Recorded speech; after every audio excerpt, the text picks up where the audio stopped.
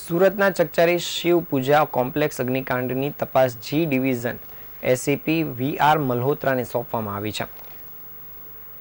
શિવપૂજા કોમ્પ્લેક્સમાં સર્જાયેલા અગ્નિકાંડમાં સિક્કિમની 2 યુવતી ભૂંજાઈ મરી હતી અને ગોઝારી આ ઘટનામાં ગુનાહિત બેદરકારી થતાં પોલીસે સમગ્ર મામલે જીમ સંચાલક અને સ્પા સંચાલકની ધરપકડ કરી છે. ઉમરા પોલીસે આરોપીઓ જે કોર્ટમાં રજૂ કરી રિમાન્ડની માંગણી કરી હતી, જે કે કોર્ટે રિમાન્ડ ના મંજૂર કરી જ્યુડિશિયલ કસ્ટડીમાં મોકલી આપ્યા હતા. ફરીવાર શહેનાઝ, વસીમ અને દિલશાદના રિમાન્ડ મેળવવા માટે ઉમરા પોલીસે કોર્ટમાં રિમાન્ડ રિવિઝન અરજી કરવામાં આવી હતી, જેમાં 14ના રોજ સુનાવણી શરૂ કરવામાં આવશે. જોકે પોલીસે રિવિઝન અરજીમાં શિવપૂજા કોમ્પ્લેક્સની મિલકતનું ભાડું કોને ચૂકવાતું હતું તે મુદ્દાનો છેદ ઉગાડી દેવાયો હોવાનું જણાવ્યું હતું. પોલીસે રિમાન્ડ અરજીમાં જુદા જુદા 9 મુદ્દા ટાંકવામાં આવ્યા છે, પરંતુ મિલકતના માલિક અનિલ રૂગટાની સાથેના વ્યવહાર બાબતે કોઈ ઉલ્લેખ કરાયો નથી. આ બાબત હજુ ચર્ચાસ્પદ બની ગયો છે.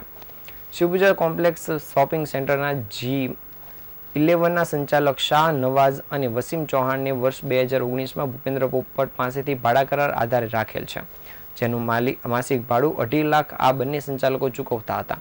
સિટી લાઇટ રોડ પેન્ટાલુમની પાસે આવેલા શિવપૂજા કોમર્શિયલ સેન્ટરના 3જા માળ પર G11 છે અને G11ના સંચાલક શહેનાઝ મિસ્ત્રી અને અબ્દુલ વસીમ ચૌહાણ છે.